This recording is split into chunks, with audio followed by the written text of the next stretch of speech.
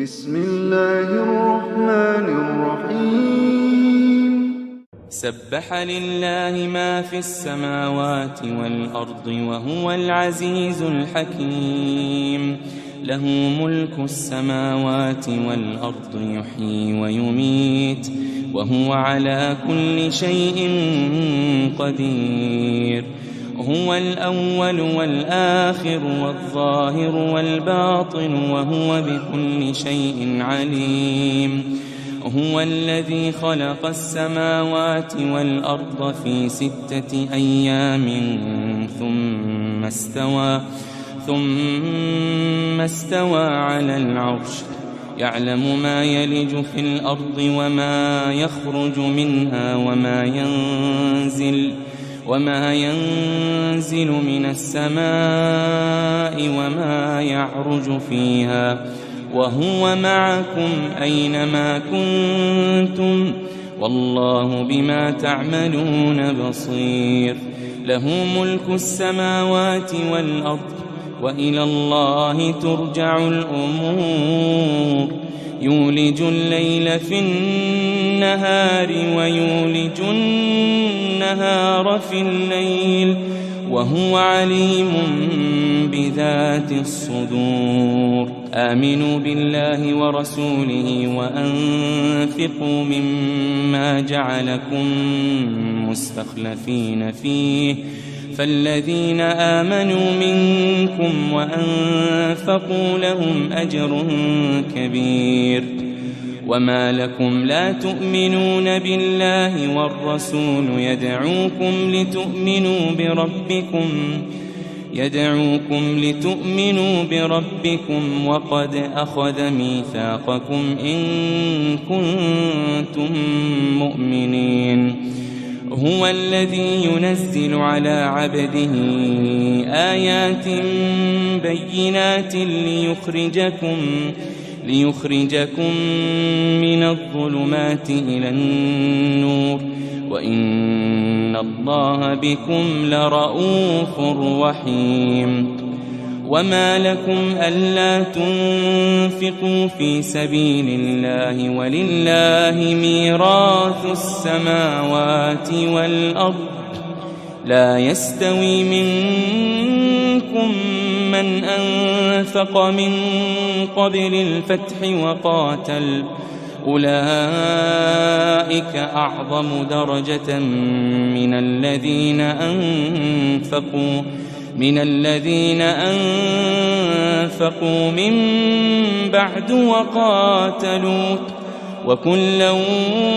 وعد الله الحسنى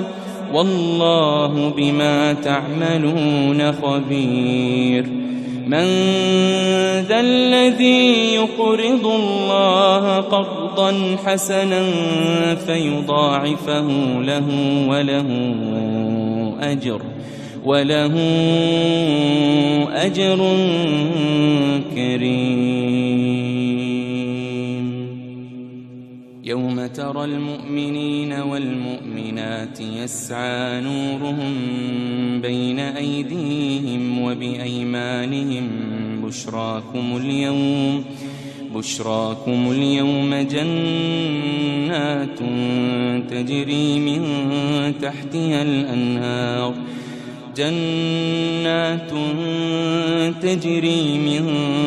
تحتها الأنهار خالدين فيها، ذلك هو الفوز العظيم. يوم يقول المنافقون والمنافقات للذين آمنوا انظرونا نقتبس من نوركم قيل ارجعوا وراءكم فالتمسوا نورا فضرب بينهم بسور له باب باطنه فيه الرحمة وظاهره من قبله العذاب. ينادونهم ألم نكن معكم قالوا بلى ولكنكم فتنتم أنفسكم ولكنكم فتنتم أنفسكم وتربصتم وارتبتم وغرتكم الأماني حتى جاء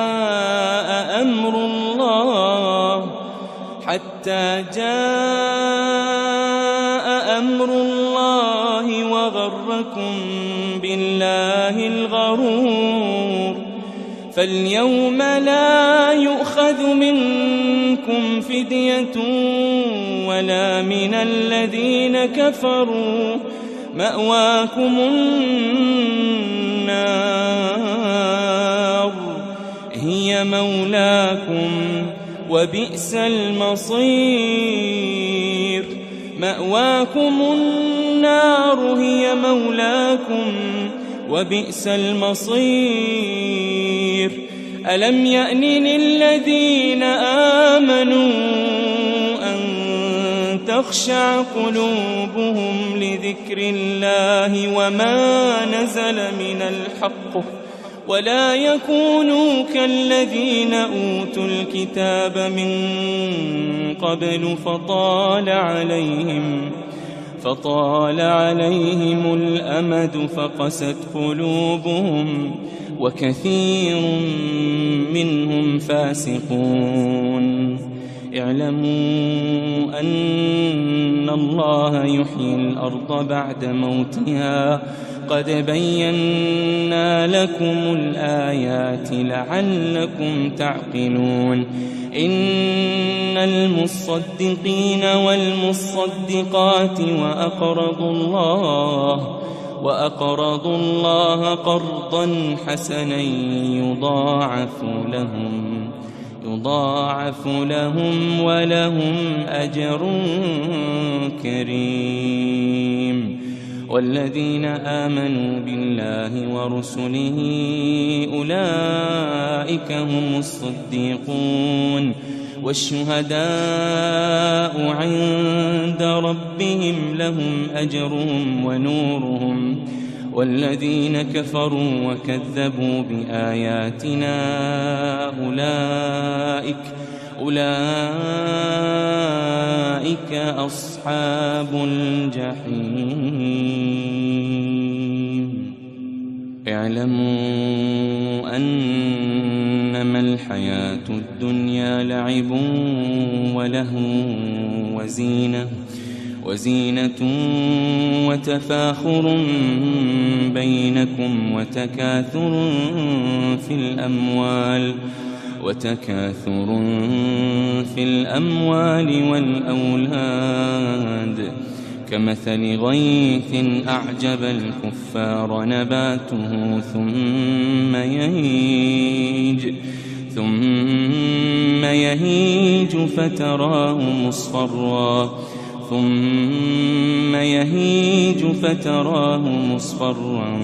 ثم يكون حطاما. وفي الآخرة عذاب شديد ومغفرة من الله ورضوان. وما الحياة الدنيا إلا متاع الغرور. سابقوا إلى مغفرة من ربكم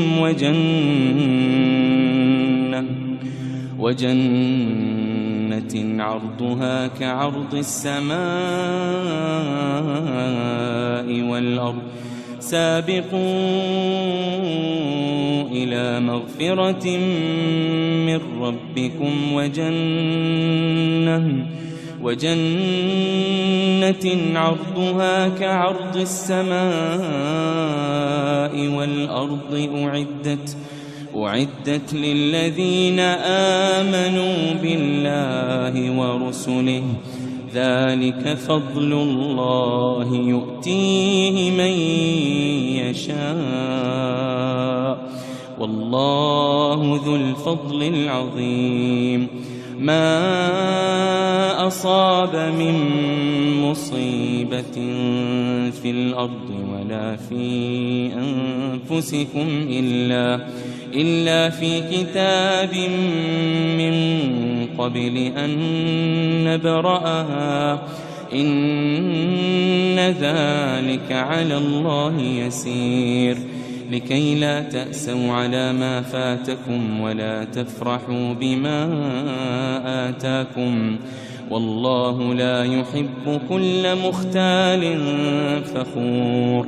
الذين يبخلون ويأمرون الناس بالبخل ومن يتول فإن الله هو الغني الحميد. لقد أرسلنا رسلنا بالبينات وأنزلنا معهم الكتاب والميزان ليقوم الناس بالقسط وأنزلنا الحديد فيه بأس شديد ومنافع للناس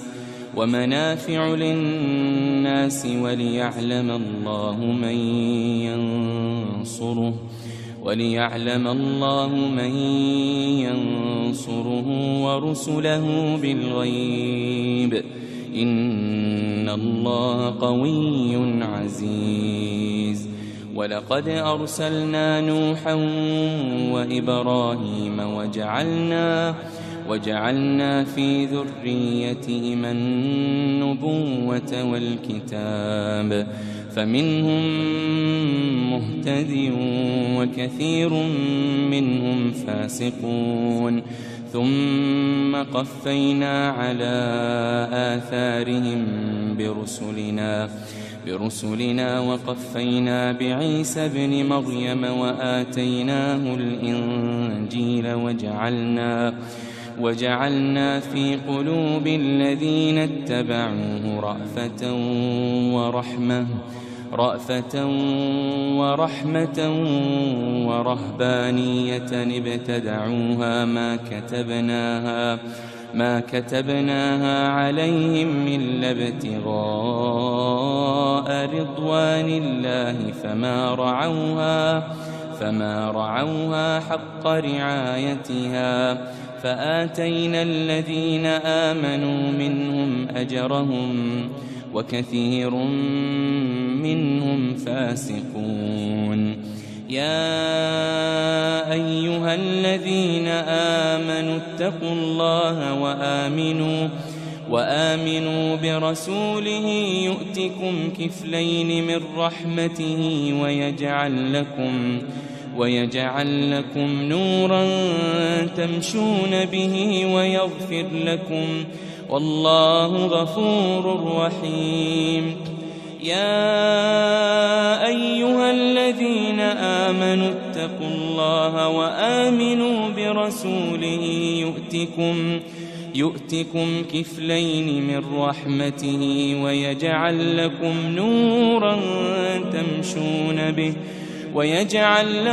نورا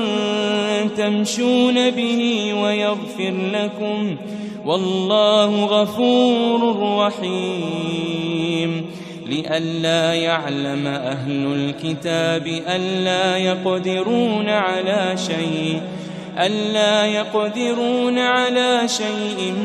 من فضل الله وأن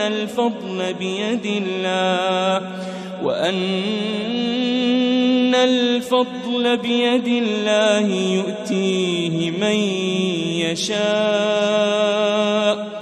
والله ذو الفضل العظيم.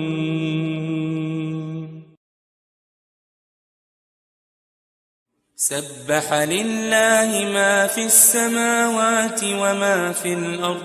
وهو العزيز الحكيم. هو الذي أخرج الذين كفروا من أهل الكتاب من ديارهم لأول الحشر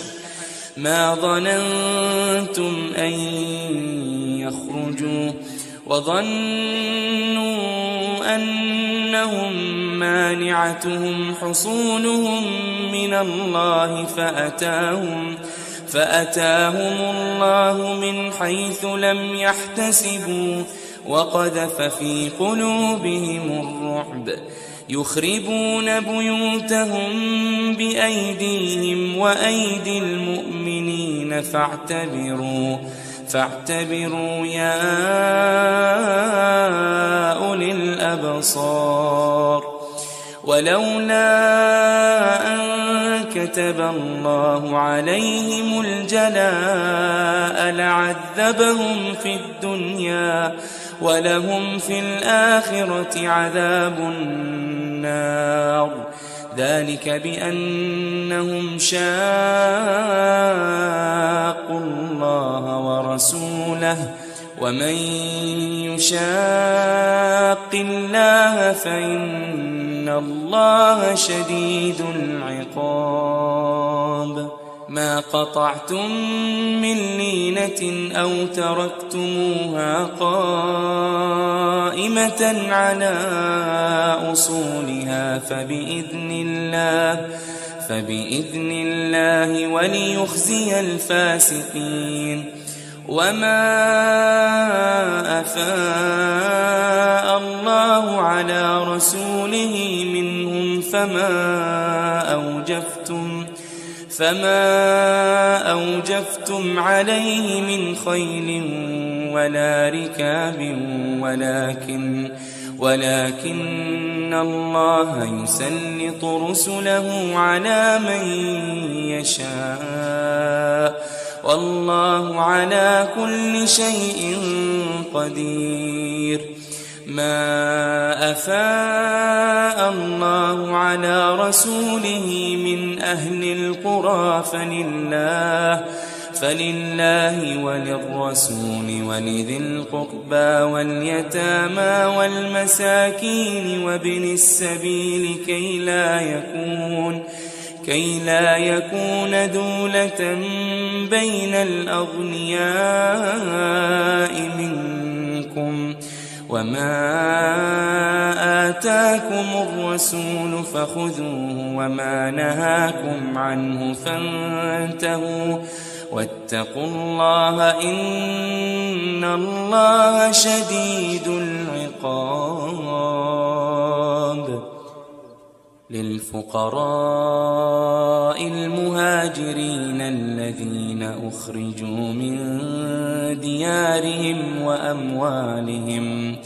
وأموالهم يبتغون فضلا من الله ورضوانا وينصرون الله ورسوله أولئك هم الصادقون والذين تبوأوا الدار والإيمان من قبلهم يحبون من هاجر إليهم ولا يجدون في صدورهم حاجة مما أوتوا ويؤثرون على أنفسهم ولو كان بهم خصاصة ومن يوق شح نفسه فأولئك هم المفلحون والذين جاءوا من بعدهم يقولون ربنا اغفر لنا ولإخواننا الذين سبقونا بالإيمان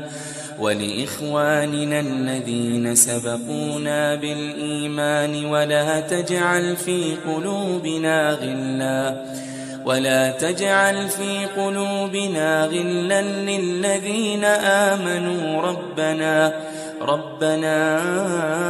إنك رؤوف رحيم ألم تر إلى الذين نافقوا يقولون لإخوانهم الذين كفروا من أهل الكتاب من أهل الكتاب لئن أخرجتم لنخرجن معكم ولا نطيع فيكم أحدا أبدا وإن قوتلتم لننصرنكم والله يشهد إنهم لكاذبون لئن أخرجوا لا يخرجون معهم ولئن قوتلوا لا ينصرونهم ولئن نصروهم ليولن الأدبار ثم لا ينصرون لأنتم أشد رهبة في صدورهم من الله ذلك بأنهم قوم لا يفقهون لا يقاتلونكم جميعا إلا في قرى محصنة أو من وراء جدر بأسهم بينهم شديد تحسبهم جميعا وقلوبهم شتى ذلك بأنهم قوم لا يعقلون كمثل الذين من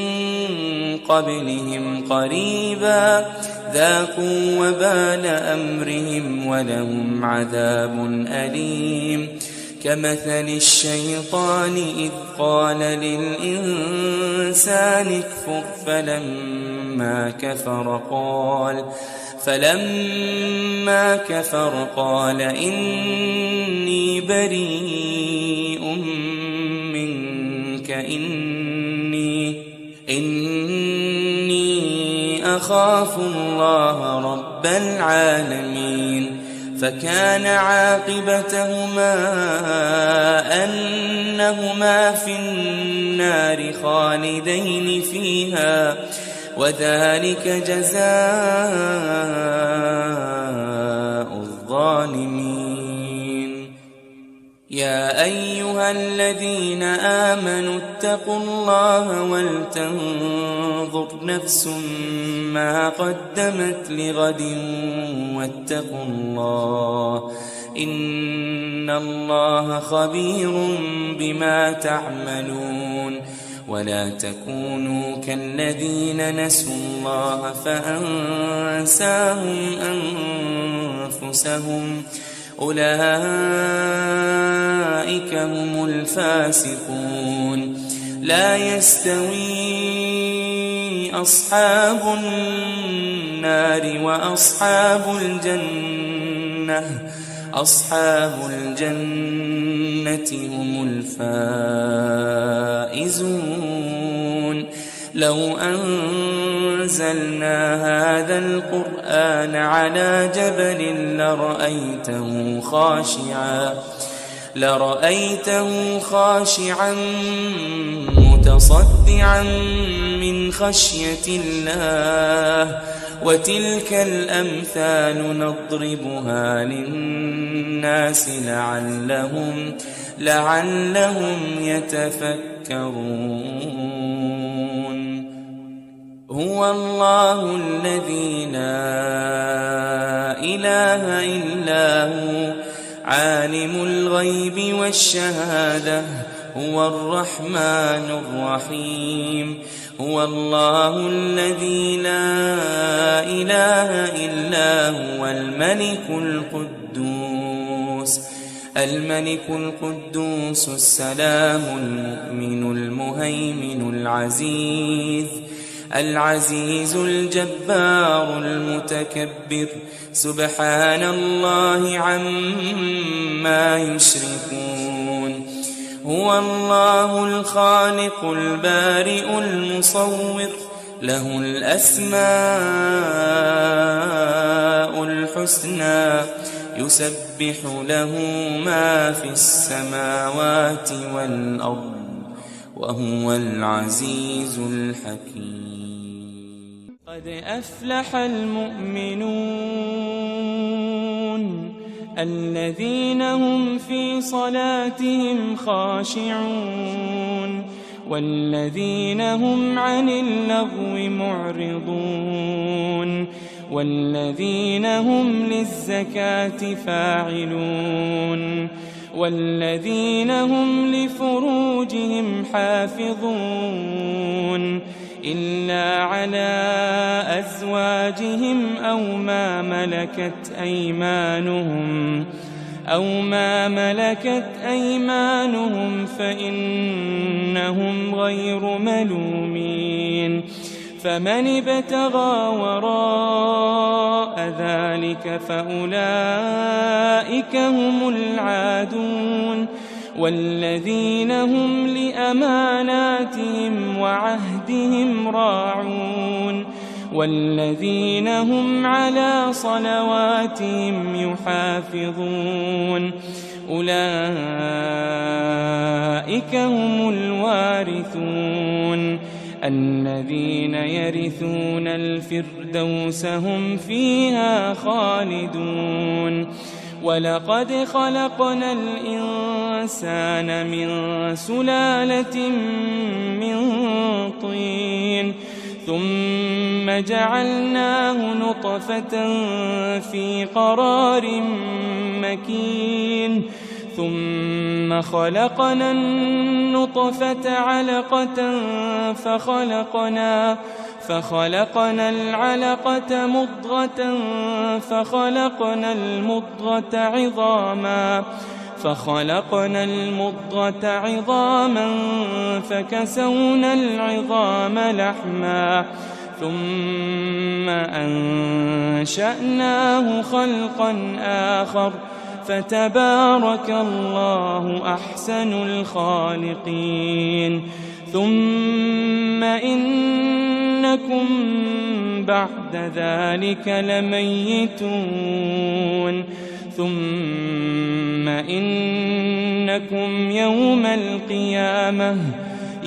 القيامة تبعثون ولقد خلقنا فوقكم 7 طرائق وما كنا عن الخلق غافلين وأنزلنا من السماء ماء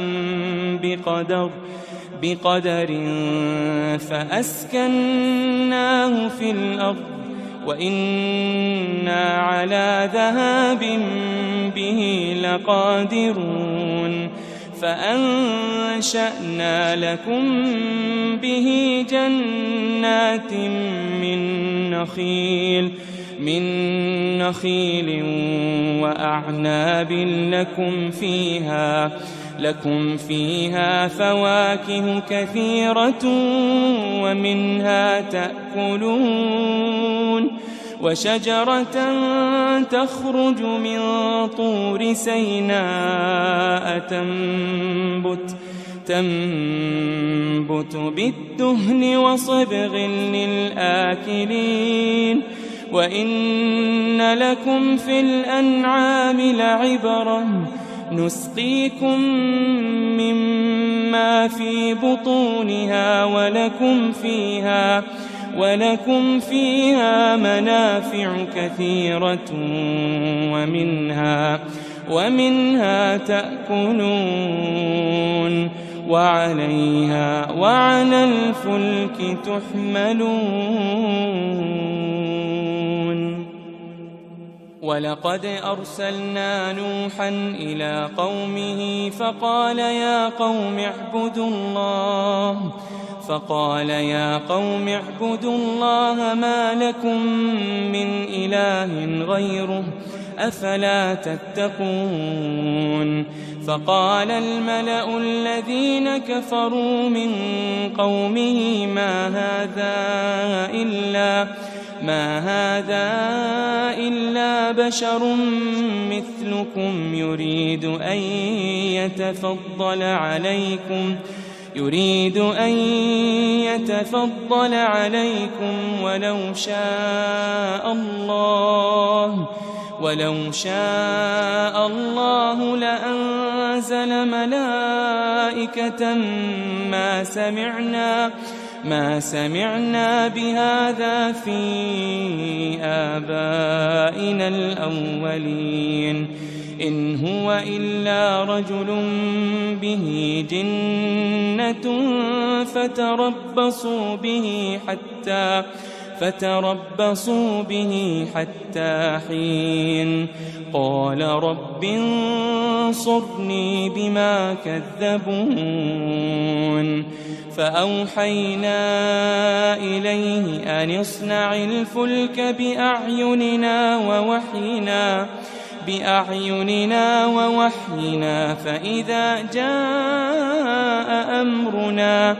فإذا جاء أمرنا وفارت النور فاسلك فيها من كل زوجين اثنين وأهلك إلا من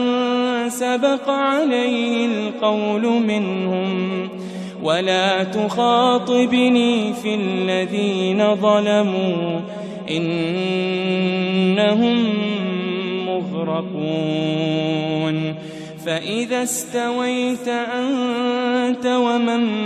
معك على الفلك فقل الحمد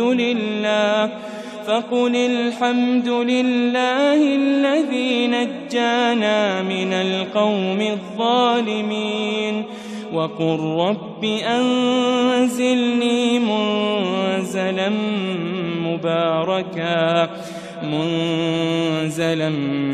مباركا وأنت خير المنزلين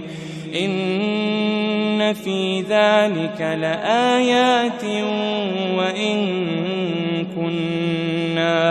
وإن كنا لمبتلين ثم أنشأنا من بعدهم قرنا آخرين فأرسلنا فيهم رسولا منهم أن اعبدوا الله ما لكم من إله غيره أفلا تتقون وقال الملأ من قومه الذين كفروا وكذبوا بلقاء الآخرة وأترفناهم في الحياة الدنيا ما هذا إلا بشر مثلكم يأكل مما تأكلون منه ويشرب مما تشربون ولئن أطعتم بشرا مثلكم إنكم إذا لخاسرون أيعدكم أنكم إذا متم وكنتم ترابا وعظاما أنكم مخرجون هيهات لما توعدون إن هي إلا حياتنا الدنيا نموت ونحيا وما نحن بمبعوثين إن هو إلا رجل افترى على الله كذبا وما نحن له بمؤمنين قال رب انصرني بما كذبون قال عما قليل ليصبحن نادمين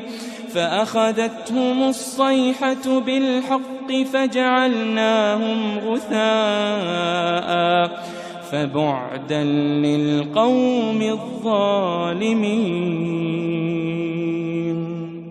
ثم أنشأنا وأنشأنا من بعدهم قرونا آخرين ما تسبق من أمة أجلها وما يستأخرون ثم أرسلنا رسلنا تترى كلما جاء أمة رسولها كذبوه فأتبعنا بعضهم بعضا وجعلناهم أحاديث فبعدا لقوم لا يؤمنون ثم أرسلنا موسى وأخاه هارون بآياتنا وسلطان مبين إلى فرعون وملئه فاستكبروا وكانوا قوما عالين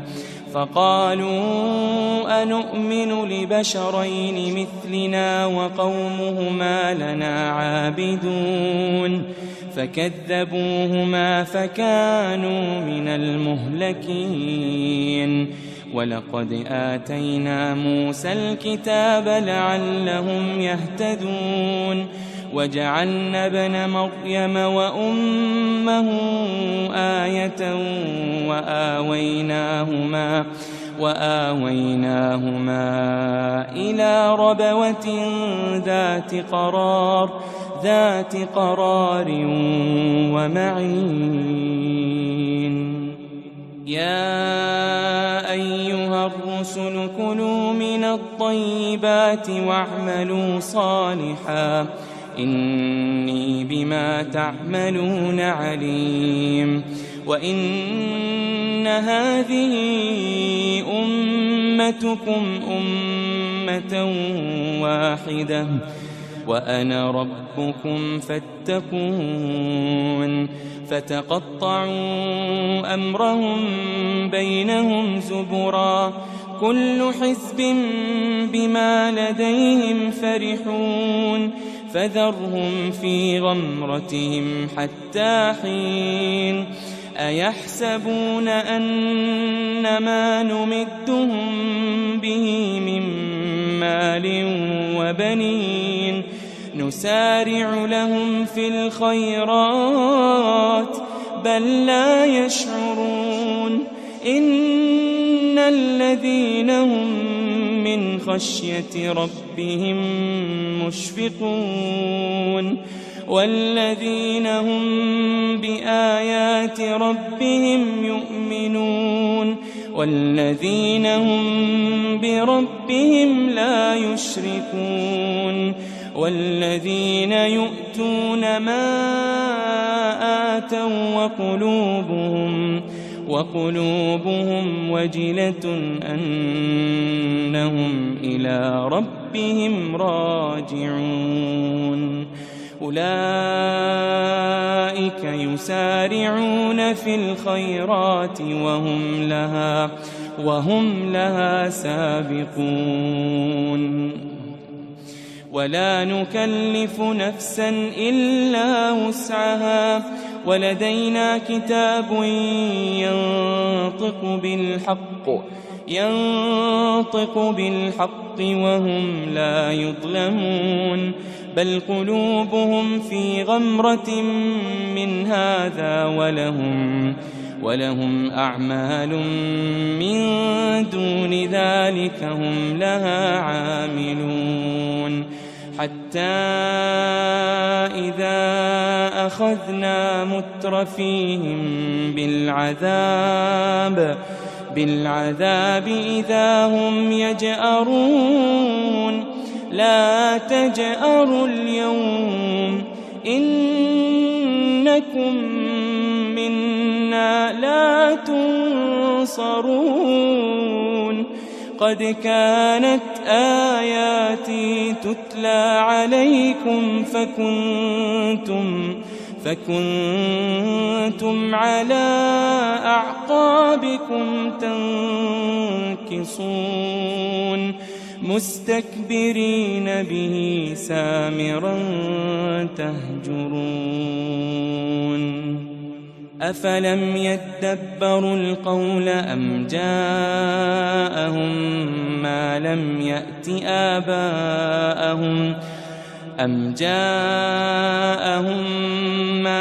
يأت آباءهم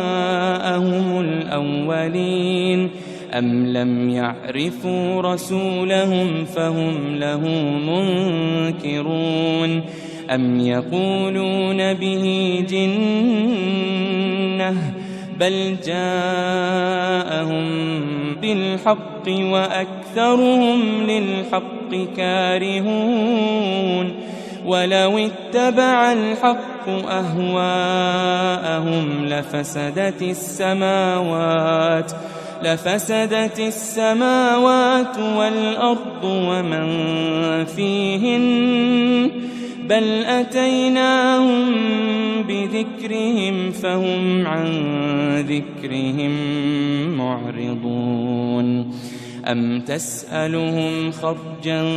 فخراج ربك خير وهو خير الرازقين وإنك لتدعوهم إلى صراط مستقيم وإن الذين لا يؤمنون بالآخرة عن الصراط لناكبون ولو رحمناهم وكشفنا ما بهم من ضر للجوا في طغيانهم يعمهون ولقد أخذناهم بالعذاب فما استكانوا لربهم وما يتضرعون حتى إذا فتحنا عليهم بابا ذا عذاب شديد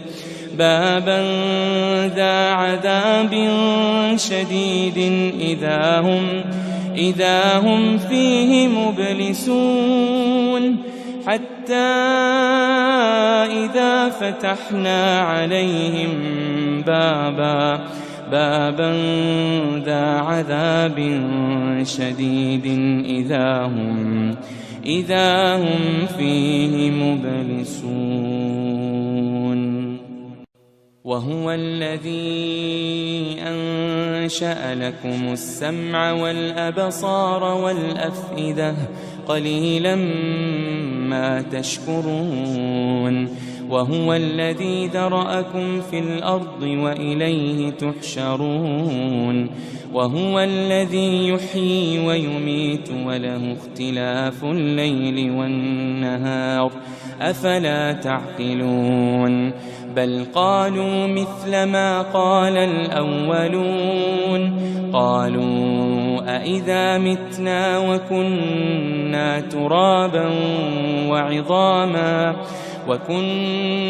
ترابا وعظاما أإنا لمبعوثون لقد وعدنا نحن وآباؤنا هذا من قبل إن هذا إلا أساطير الأولين قل لمن الأرض ومن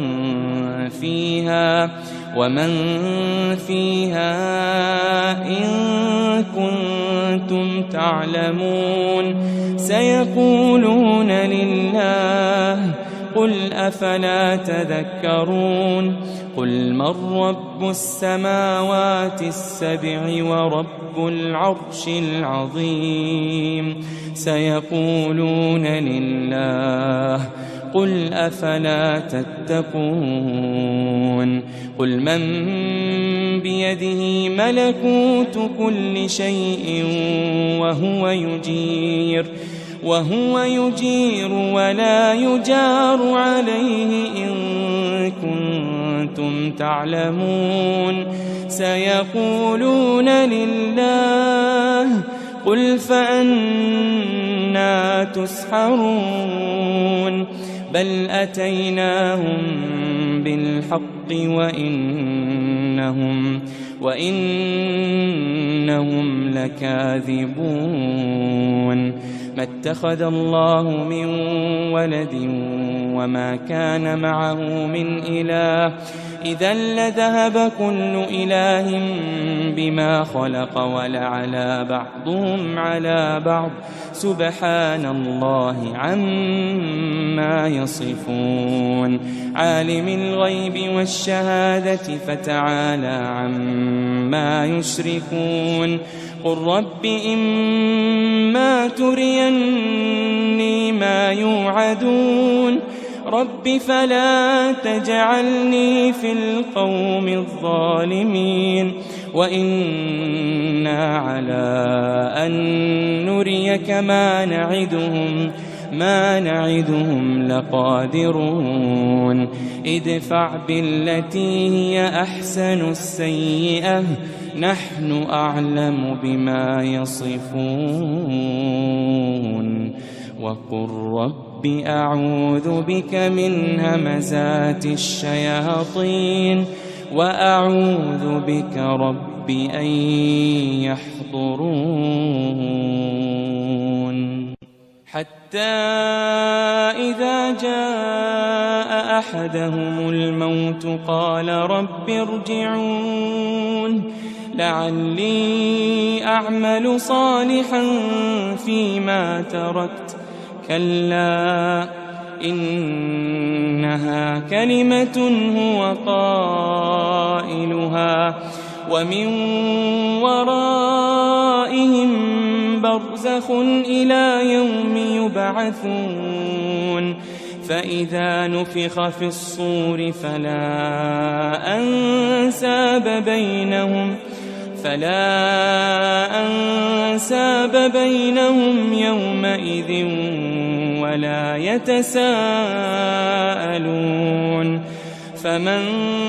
ثقلت موازينه فأولئك هم المفلحون ومن خفت موازينه فأولئك الذين خسروا أنفسهم في جهنم خالدون تلفح وجوههم النار وهم فيها كالحون ألم تكن آياتي تتلى عليكم فكنتم بها تكذبون قالوا ربنا غلبت علينا شقوتنا وكنا قوما ضالين ربنا أخرجنا منها فإن عدنا فإنا ظالمون قال اخسئوا فيها ولا تكلمون إنه كان فريق من عبادي يقولون ربنا آمنا فاغفر لنا وارحمنا وأنت خير الراحمين فاتخذتموهم سخريا حتى أنسوكم ذكري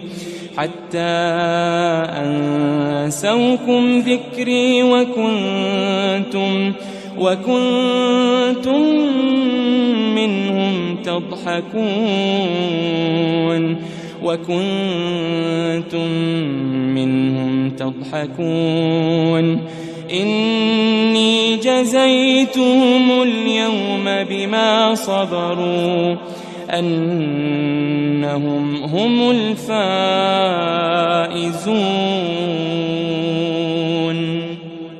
قال كم لبثتم في الأرض عدد سنين قالوا لبثنا يوما أو بعض يوم فاسأل العادين قال إن لبثتم إلا قليلا لو أنكم كنتم تعلمون أفحسبتم أنما خلقناكم عبثا وأنكم إلينا لا ترجعون فتعالى الله الملك الحق لا إله إلا هو رب العرش الكريم ومن يدع مع الله إلها آخر لا برهان له به فإنما حسابه عند ربه إنه لا يفلح الكافرون وقل رب اغفر وارحم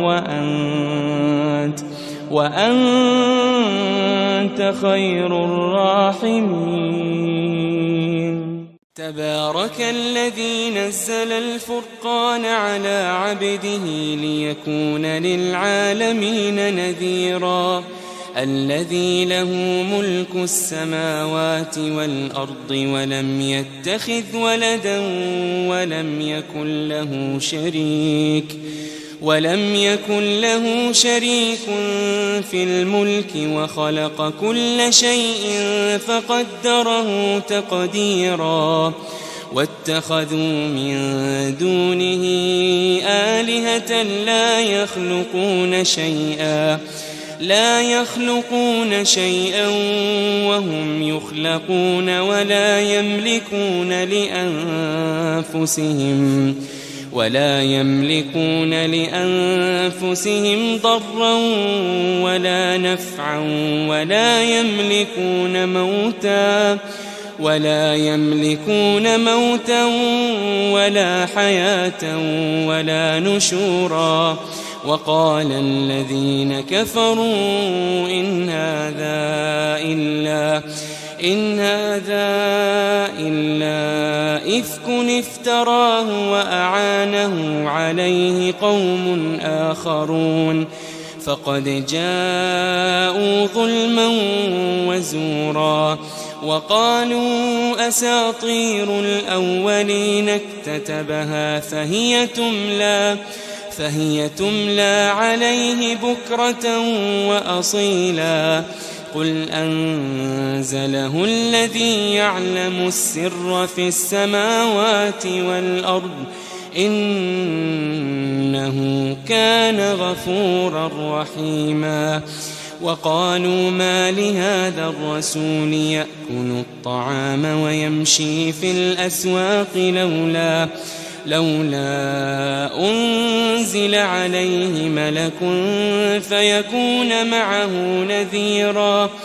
أو يلقى إليه كنز أو تكون له جنة يأكل منها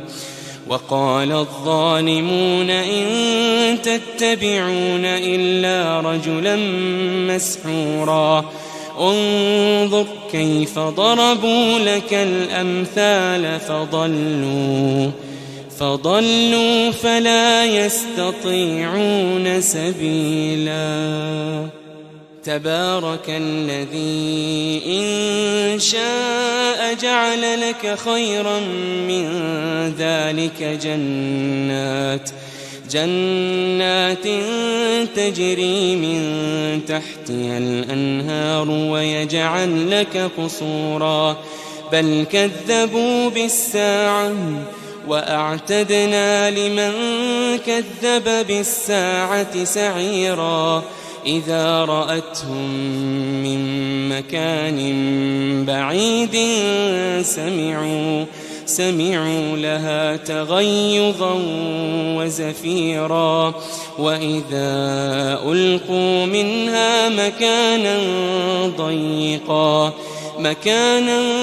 ضيقا مقرنين دعوا هنالك ثبورا لا تدعوا اليوم ثبورا واحدا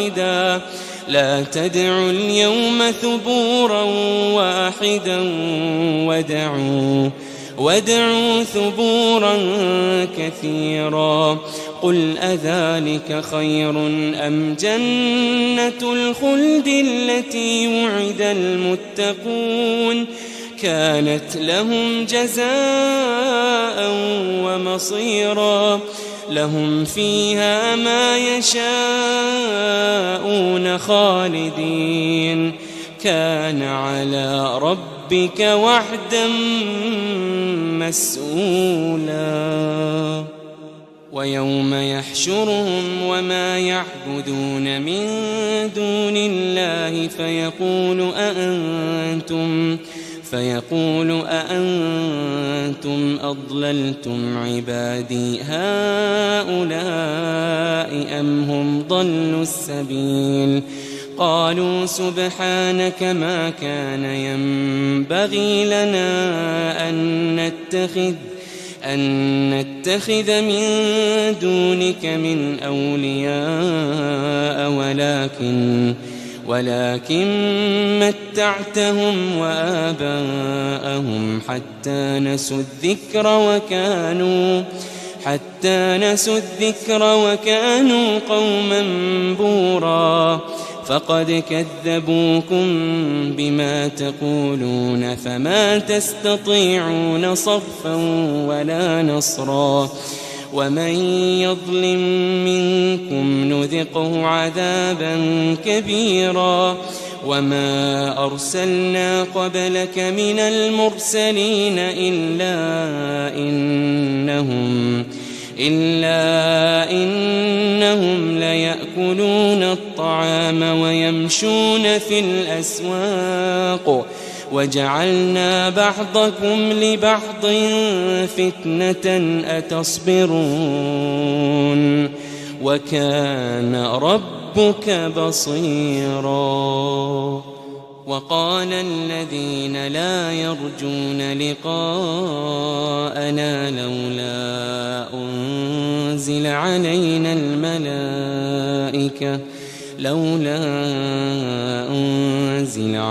الملائكة أو نرى ربنا لقد استكبروا في أنفسهم وعتوا عتوا كبيرا يوم يرون الملائكة لا بشرى يومئذ للمجرمين ويقولون حجرا محجورا وقدمنا إلى ما عملوا من عمل فجعلناه هباء منثورا أصحاب الجنة يومئذ خير مستقرا وأحسن مقيلا ويوم تشقق السماء بالغمام ونزل الملائكة تنزيلا الملك يومئذ الحق للرحمن وكان يوما على الكافرين عسيرا ويوم يعض الظالم على يديه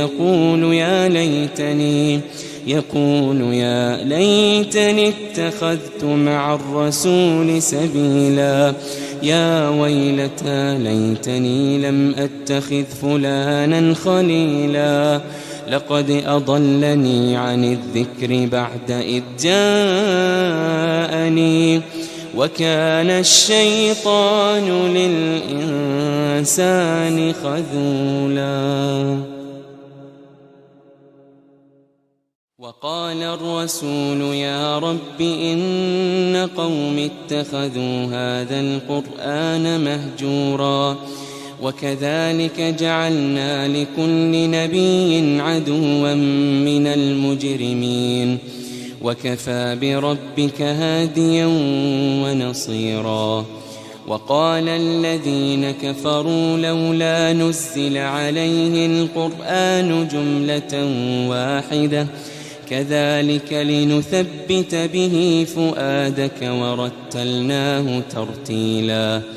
ولا يأتونك بمثل إلا جئناك بالحق وأحسن تفسيرا الذين يحشرون على وجوههم إلى جهنم أولئك شر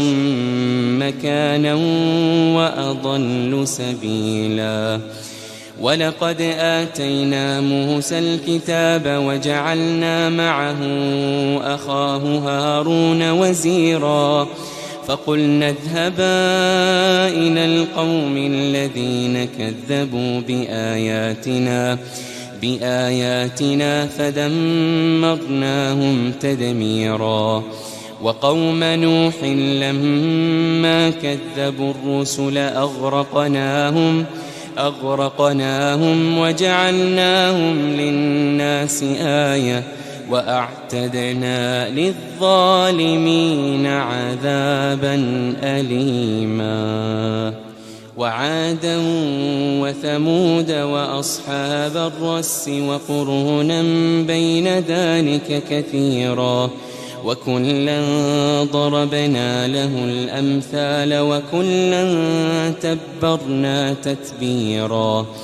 ولقد أتوا على القرية التي أمطرت مطر السوء أفلم يكونوا يرونها بل كانوا لا يرجون نشورا وإذا رأوك إن يتخذونك إلا هزوا أهذا الذي بعث الله رسولا إن كاد ليضلنا عن آلهتنا لولا أن صبرنا عليها وسوف يعلمون حين يرون العذاب من أضل سبيلا أرأيت من اتخذ إلهه هواه أفأنت تكون عليه وكيلا أم تحسب أن أكثرهم يسمعون أو يعقلون إن هم إلا كالأنعام بل هم أضل سبيلا ألم تر إلى ربك كيف مد الظل ولو شاء لجعله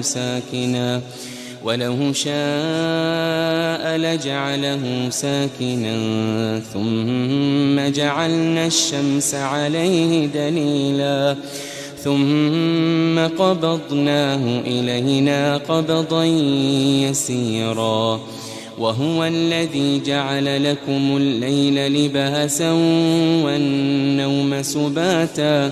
والنوم سباتا وجعل النهار نشورا وهو الذي أرسل الرياح بشرا بين يدي رحمته وأنزلنا من السماء ماء طهورا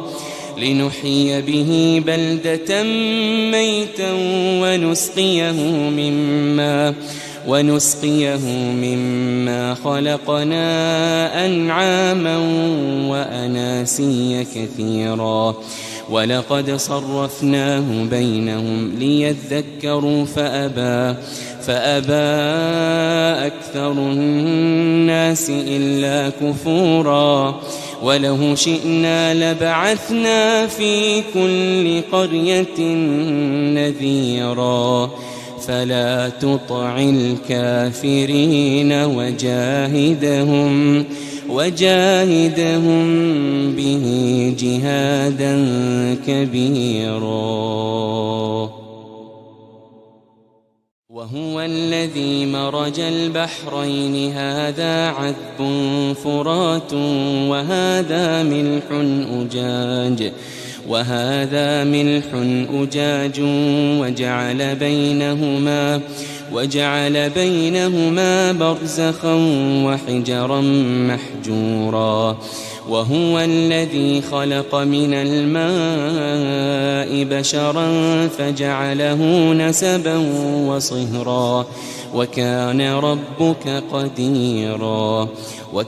ربك قديرا ويعبدون من دون الله ما لا ينفعهم ولا يضرهم وكان الكافر على ربه ظهيرا وما أرسلناك إلا مبشرا ونذيرا قل ما أسألكم عليه من أجر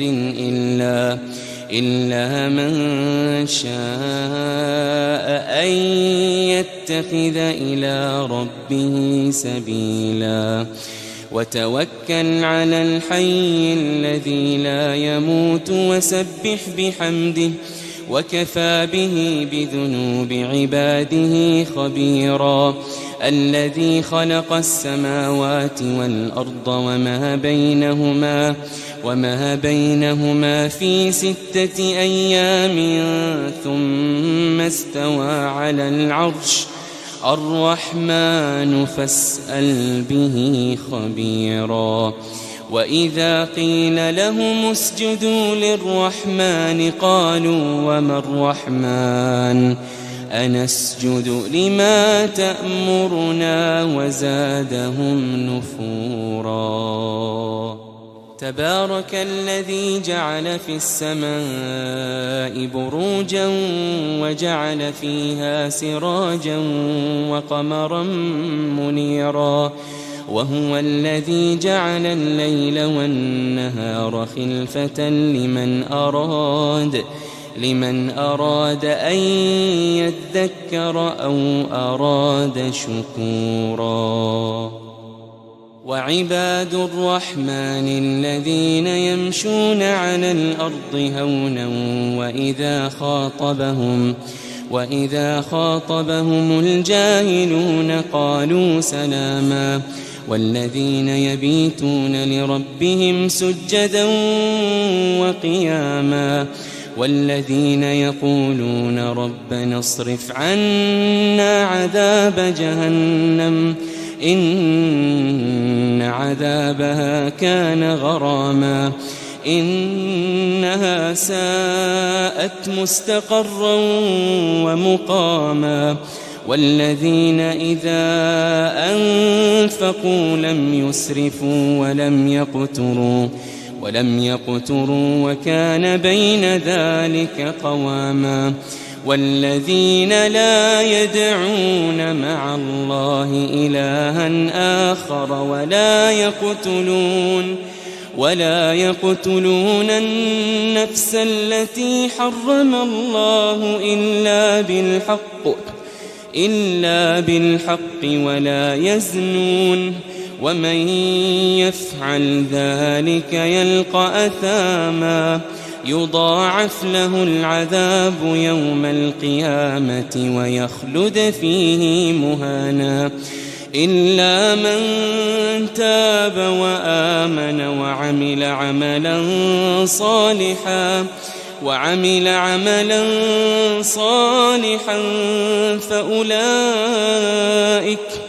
فأولئك يبدل الله سيئاتهم حسنات وكان الله غفورا رحيما ومن تاب وعمل صالحا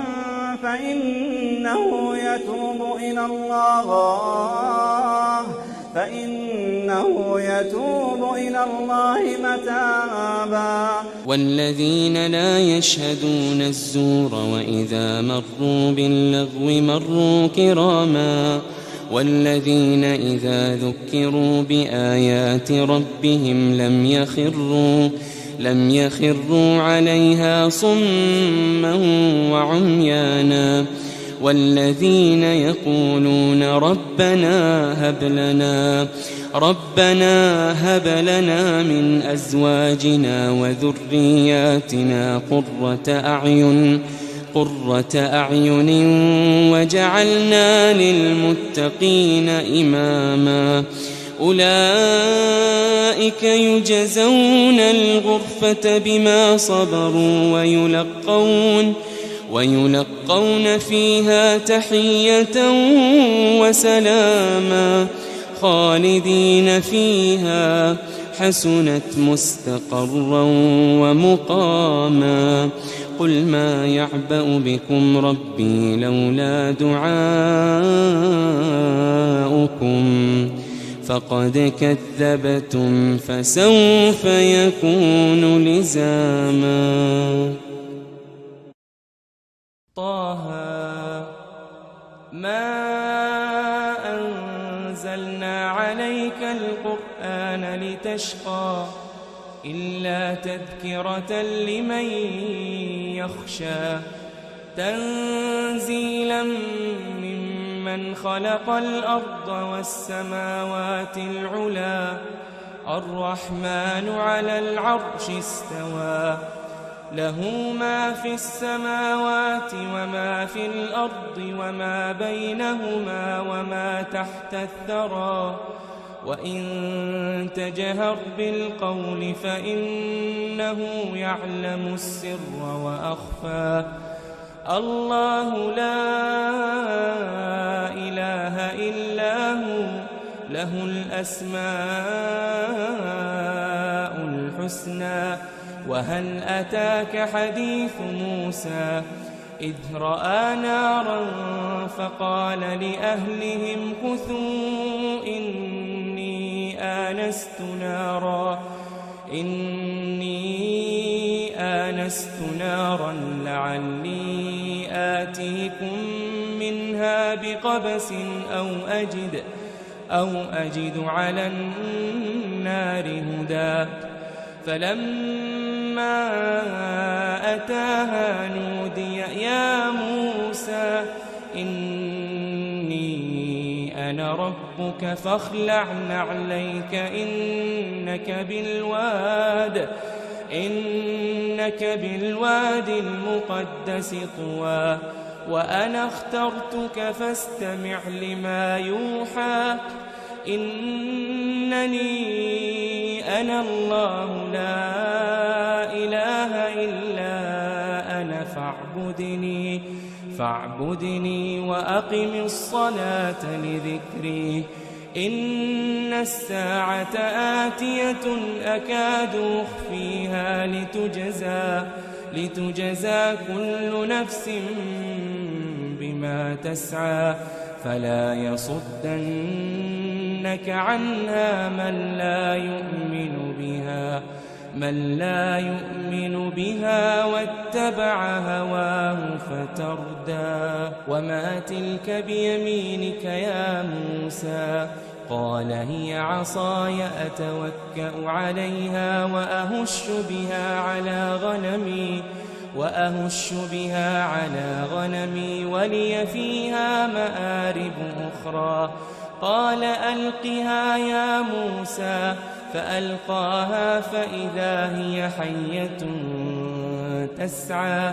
قال خذها ولا تخف سنعيدها سيرتها الأولى واضمم يدك إلى جناحك تخرج بيضاء من غير سوء آية أخرى لنريك من آياتنا الكبرى اذهب إلى فرعون إنه طغى قال رب اشرح لي صدري ويسر لي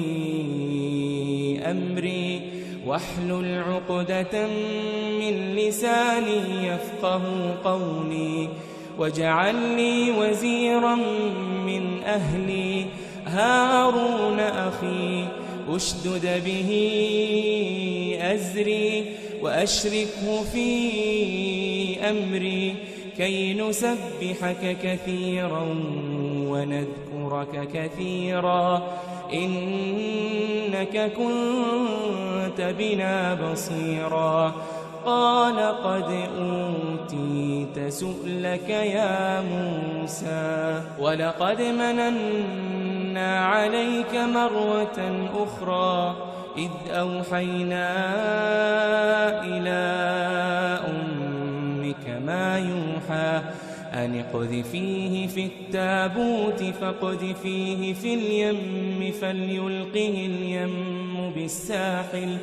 فليلقه اليم بالساحل يأخذه عدو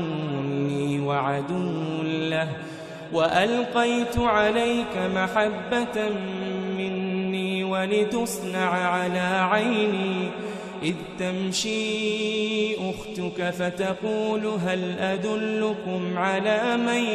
يكفله فرجعناك إلى أمك كي تقر عينها ولا تحزن وقتلت نفسا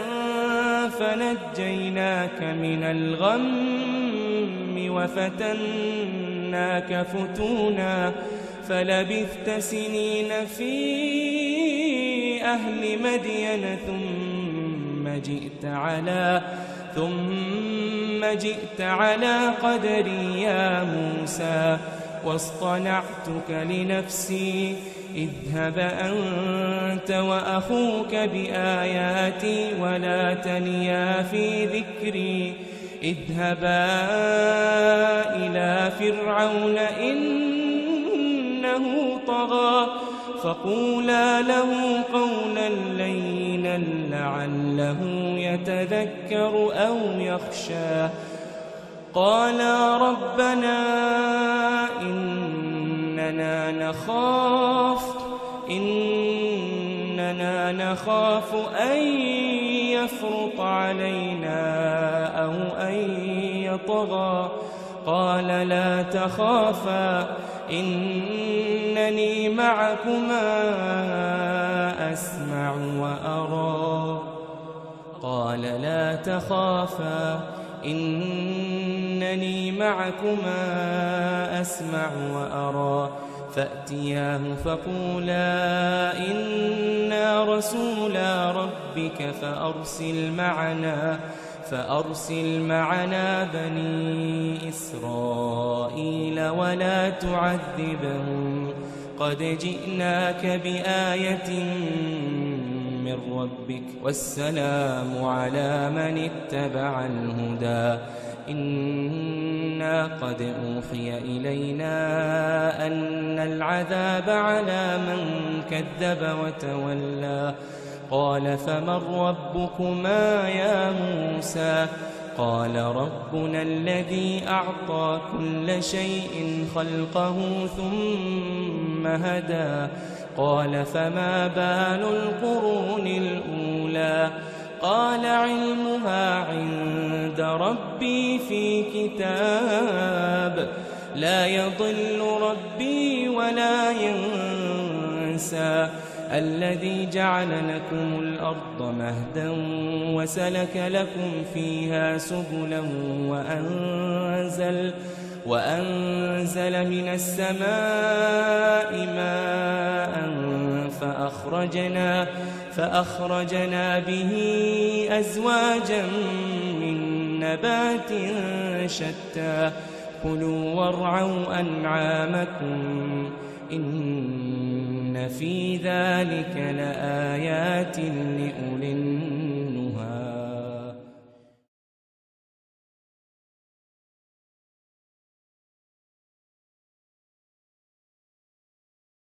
ولقد أريناه آياتنا كلها فكذب وأبى قال أجئتنا لتخرجنا من أرضنا بسحرك يا موسى فلنأتينك بسحر مثله فاجعل بيننا وبينك موعدا لا نخلفه نحن ولا أنت مكانا سوى قال موعدكم يوم الزينة وأن يحشر الناس ضحى فتولى فرعون فجمع كيده ثم أتى قال لهم موسى ويلكم لا تفتروا على الله كذبا فيسحتكم بعذاب وقد خاب من افترى فتنازعوا أمرهم بينهم وأسروا النجوى قالوا إن هذان لساحران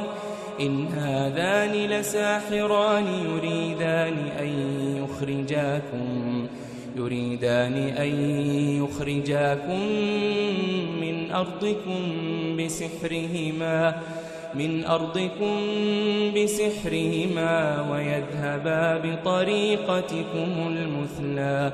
فأجمعوا كيدكم ثم أتوا صفا وقد أفلح اليوم من استعلى قالوا يا موسى إما أن تلقي وإما أن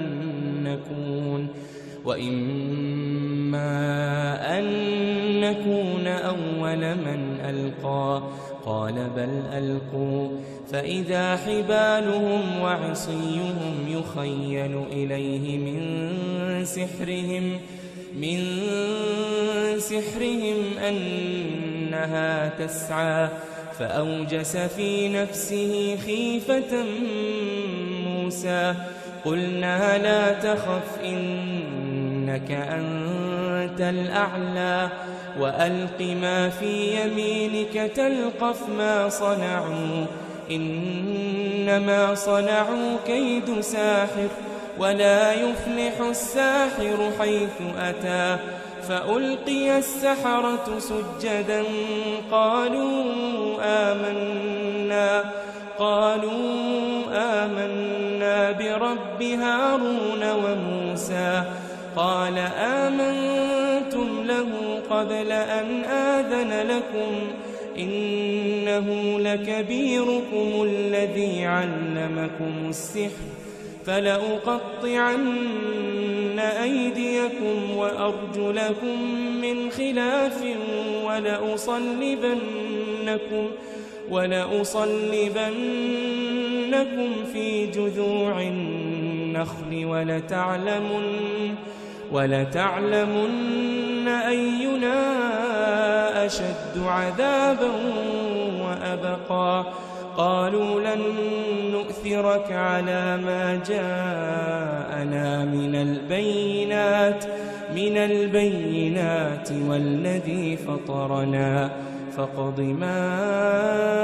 أنت قاض إنما تقضي هذه الحياة الدنيا إنا آمنا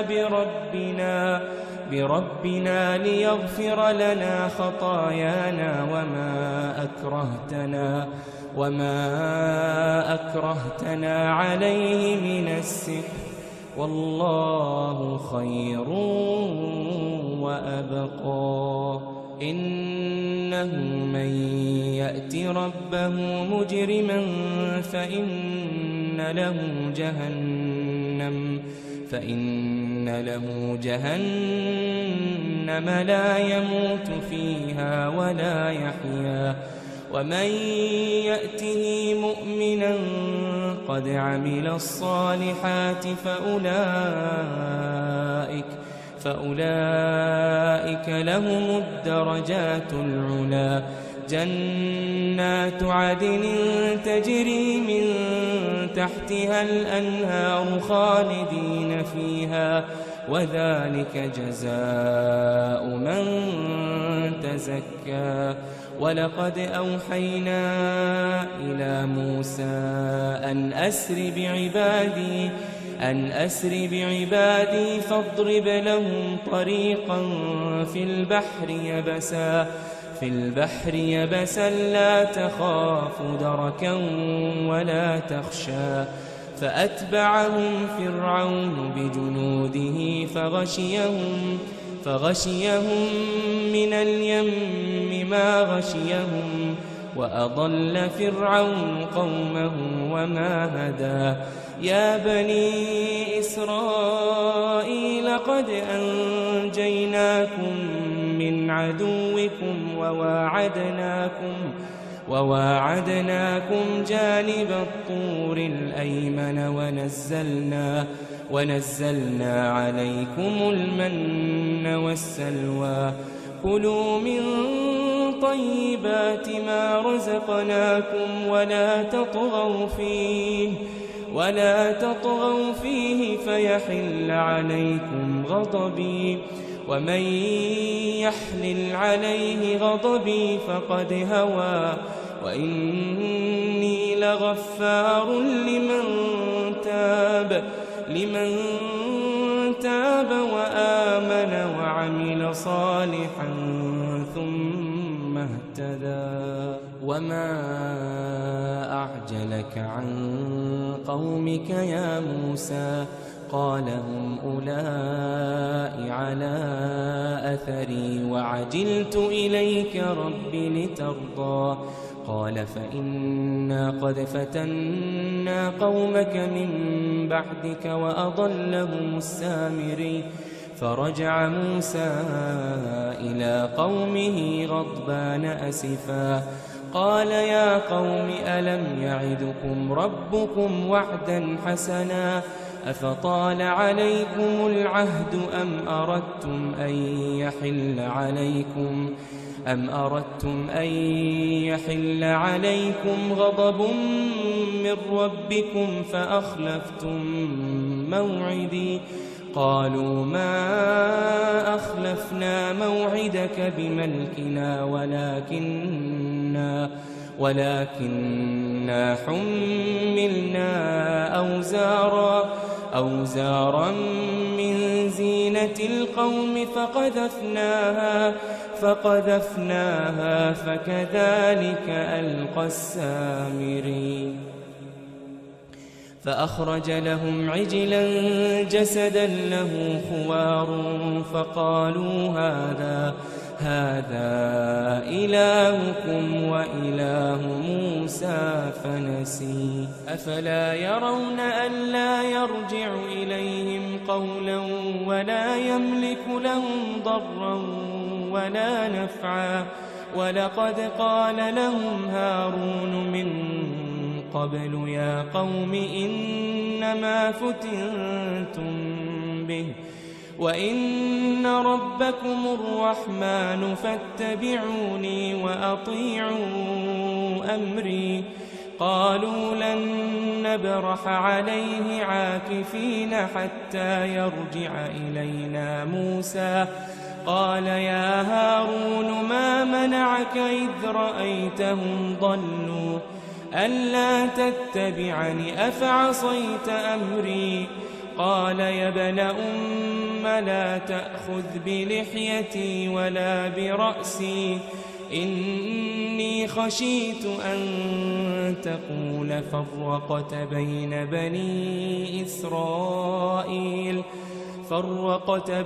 بني إسرائيل ولم ترقب قولي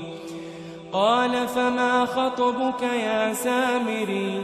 قال بصرت بما لم يبصروا به فقبضت قبضة من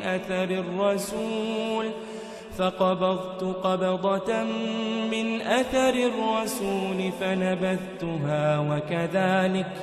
وكذلك سولت لي نفسي قال فاذهب فإن لك في الحياة أن تقول لا مساس وإن لك موعدا لن تخلفه وانظر إلى إلهك الذي ظلت عليه عاكفا لنحرقنه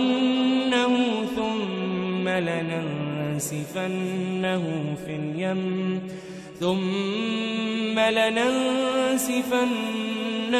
في اليم نسفا إنما إلهكم الله الذي لا إله إلا هو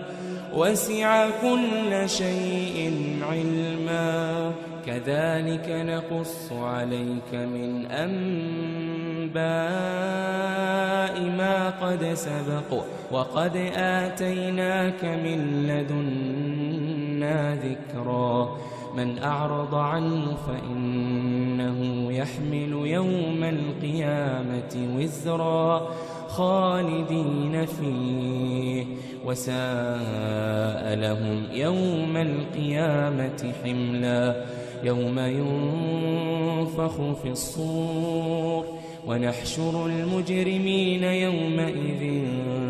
زرقا يتخافتون بينهم إن لبثتم إلا عشرا نحن أعلم بما يقولون إذ يقول أمثلهم طريقة إن لبثتم إلا يوما ويسألونك عن الجبال فقل ينسفها ربي نسفا فيذرها قاعا صفصفا لا ترى فيها عوجا ولا أمتا يومئذ يتبعون الداعي لا عوج له وخشعت الأصوات للرحمن فلا تسمع إلا همسا يومئذ لا تنفع الشفاعة إلا من أذن له الرحمن ورضي له قولا يعلم ما بين أيديهم وما خلفهم ولا يحيطون به علما وعنت الوجوه للحي القيوم وقد خاب من حمل ظلما ومن يعمل من الصالحات وهو مؤمن فلا يخاف ظلما ولا هضما وكذلك أنزلناه قرآنا عربيا وصرفنا فيه من الوعيد لعلهم يتقون أو يحدث لهم ذكرا فتعالى الله الملك الحق ولا تعجل بالقرآن من قبل أن يقضى إليك وحيه وقل رب زدني علما ولقد عهدنا إلى آدم من قبل فنسي ولم نجد له عزما وإذ قلنا للملائكة اسجدوا لآدم فسجدوا إلا إبليس أبى فقلنا يا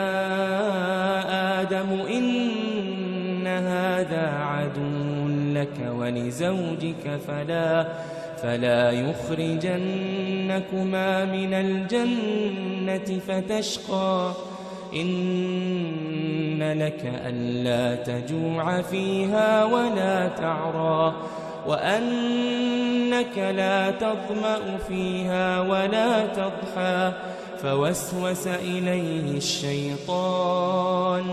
فوسوس إليه الشيطان قال يا آدم هل أدلك على شجرة الخلد وملك لا يبلى فأكلا منها فبدت لهما سوآتهما وطفقا يخصفان عليهما من ورق الجنة وعصى آدم ربه فغوى ثم اجتباه ربه فتاب عليه وهداه قال اهبطا منها جميعا بعضكم لبعض عدو فإما يأتينكم مني هدى فمن اتبع هداي فلا يضل ولا يشقى ومن أعرض عن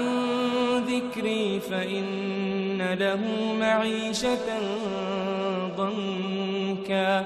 ونحشره يوم القيامة أعمى قال رب لم حشرتني أعمى وقد كنت بصيرا قال كذلك أتتك آياتنا فنسيتها وكذلك اليوم تنسى وكذلك نجزي من أسرف ولم يؤمن بآيات ربه ولعذاب الآخرة أشد وأبقى أفلم يهد لهم كم أهلكنا قبلهم من القرون يمشون في مساكنهم إن في ذلك لآيات لأولي النهى ولولا كلمة سبقت من ربك لكان لزاما وأجل مسمى فاصبر على ما يقولون وسبح بحمد ربك قبل طلوع الشمس وقبل غروبها ومن آناء الليل فسبح وأطراف النهار لعلك ترضى ولا تمدن عينيك إلى ما متعنا به أزواجا منهم زهرة الحياة الدنيا لنفتنهم فيه ورزق ربك خير وأبقى وأمر أهلك بالصلاة واصطبر عليها لا نسألك رزقا نحن نرزقك والعاقبة للتقوى وقالوا لولا يأتينا بآية من ربه أولم تأتهم بينة ما في الصحف الأولى ولو أنا أهلكناهم بعذاب من قبله لقالوا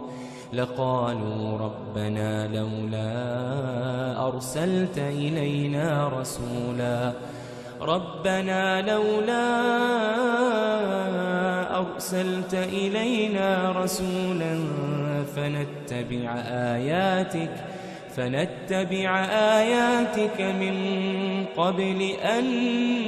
نذل ونخزى قل كل متربص فتربصوا فستعلمون من أصحاب الصراط السوي ومن اهتدى.